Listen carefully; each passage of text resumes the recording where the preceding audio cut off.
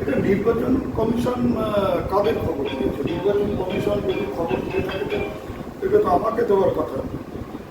আমার কাছে কোনো খবর এলো না। সাংবাদিকরা দেখি বলছেন, আমি ভাই এখন পর্যন্ত কিছু জানি না, তাই এই ব্যাপারে কোনো ভালো মন্দ মন্তব্য করা আমার ঠিক না।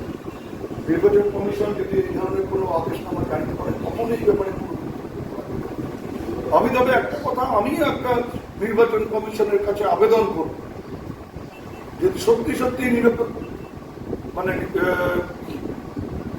এই নির্বাচনটা শান্তিতে হয় তাহলে আমি খুব খুশি হব। এবং আমার আবেদন হচ্ছে এই শান্তিপূর্ণ নির্বাচন করবার জন্য নির্বাচন কমিশনের যদি আমাকে ওনারা করেন যে আমার জায়গাটাকে নিয়ন্ত্রণ করে দেন, অক্ষণরেখা টেনে দেন, আমার কোনো আপত্তির ব্যাপার নেই। কিন্তু আমি পাশাপাশি এটাও বলবো যে আজকে বিকেলের মধ্যে যে আমার বাড়ি, আমাকে বাড়ির থেকে বের করে দিয়ে আমার বাড়ি এবং ভ্যাটাগুড়িতে নিশীথ প্রামাণিকের বাড়ির থেকে বের করে দিয়ে কেন্দ্র বাহিনী এবং রাজ্য পুলিশকে দিয়ে তল্লাশি চালানো হবে। যদি দুজনের বাড়িতে কারো বাড়িতে অবৈধ টাকা থাকে, অবৈধ অস্ত্র থাকে এবং পুলিশের ওয়ান্টেড পার্সনরা বা এফআইআর নেম যাদের বিরুদ্ধে জামিন অযোগ্য মামলা আছে, তারা যদি আমাদের দুইজনের কারো বাড়িতে আশ্রয় নিয়ে থাকে তাহলে আমাদেরকে গ্রেপ্তার করুক, তাহলে আমার মনে হয় খুব শান্তিপূর্ণ ভোট হবে। একেবারে গ্যারান্টি দিয়ে বলা যেতে পারে যে 100% শান্তিপূর্ণ ভোট হবে যদি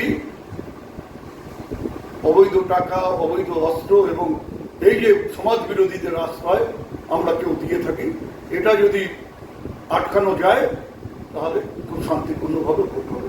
নির্বাচন কাউকে চ্যালেঞ্জ করছি না, আমার এটা বলা যেতে পারে আবেদন, বলা যেতে পারে একজন কুচবিহারের নাগরিক হিসেবে, লোকসভা কেন্দ্রের একজন ভোটার হিসেবে, দিনাটার একজন জনপ্রতিনিধি হিসেবে নির্বাচন কমিশনের কাছে আমার আবেদন, এবং এটা সাজেশনও বলা যেতে পারে।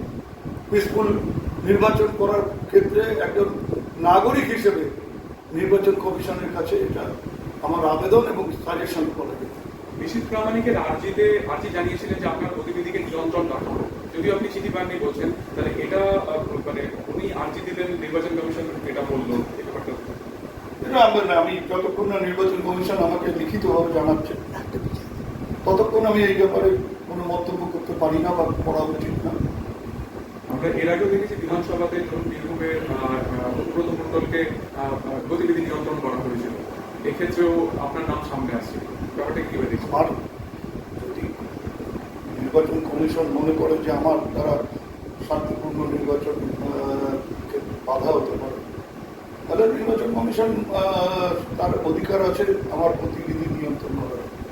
কিন্তু সেটা কি বিশেষ বিশেষ ব্যক্তির আবেদনের ভিত্তিতে হবে, না পুলিশের রিপোর্টের ভিত্তিতে, ইলেকশন কমিশনের যারা প্রতিনিধি আছে তাদের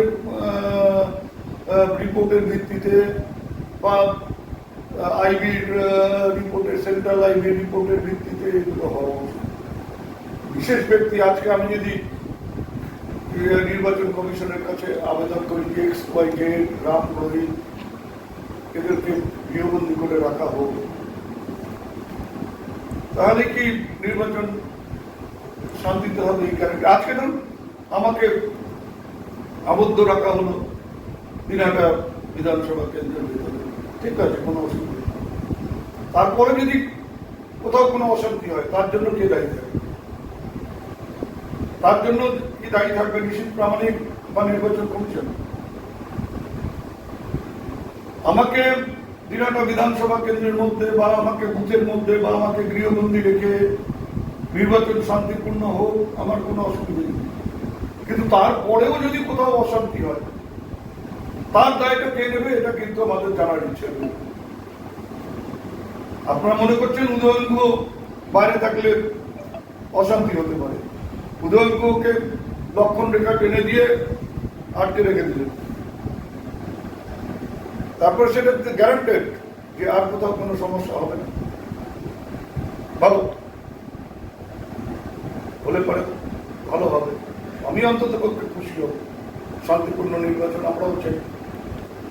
আপনি কালকে অভিযোগ করেছিলেন যে আপনাকে গৃহবন্দী করে ভোট লুট করার চেষ্টা চলছে, তাহলে কি আপনার আশঙ্কাই সত্যি হলো? এখনো বলছি এর চেষ্টা হবে কিছু বুথ দখল করার, ভোট লুট করার। আমি বাইরে থাকলে পারে প্রতিরোধের মুখে পড়ে যাবে, কারণ গাড়ির ক্ষেত্রে রেস্ট্রিকশন আছে, অন্য কর্মীদের বা নেতাদের সেখানে পৌঁছতে অসুবিধা হবে। উদয়ন গুহ থাকলে তার গাড়ির পারমিট আছে, সে দলের পক্ষ থেকে দিনাটা বিধানসভা কেন্দ্রে ঘোরার জন্য তার পারমিট নেওয়া হয়েছে। এবার আমি তো ছুটে চলে যাবো সেখানে, আমাকে যদি আবদ্ধ করে রাখা হয় এই শেষ মুহূর্তে, তাহলে আমরা নতুন করে আর কারো পারমিট বের করতে পারবো না, কোনো গাড়ি নিয়ে কেউ যেতে পারবে না, সেগুলোকে দেখব। আপনি কি অভিযোগ জানাবেন?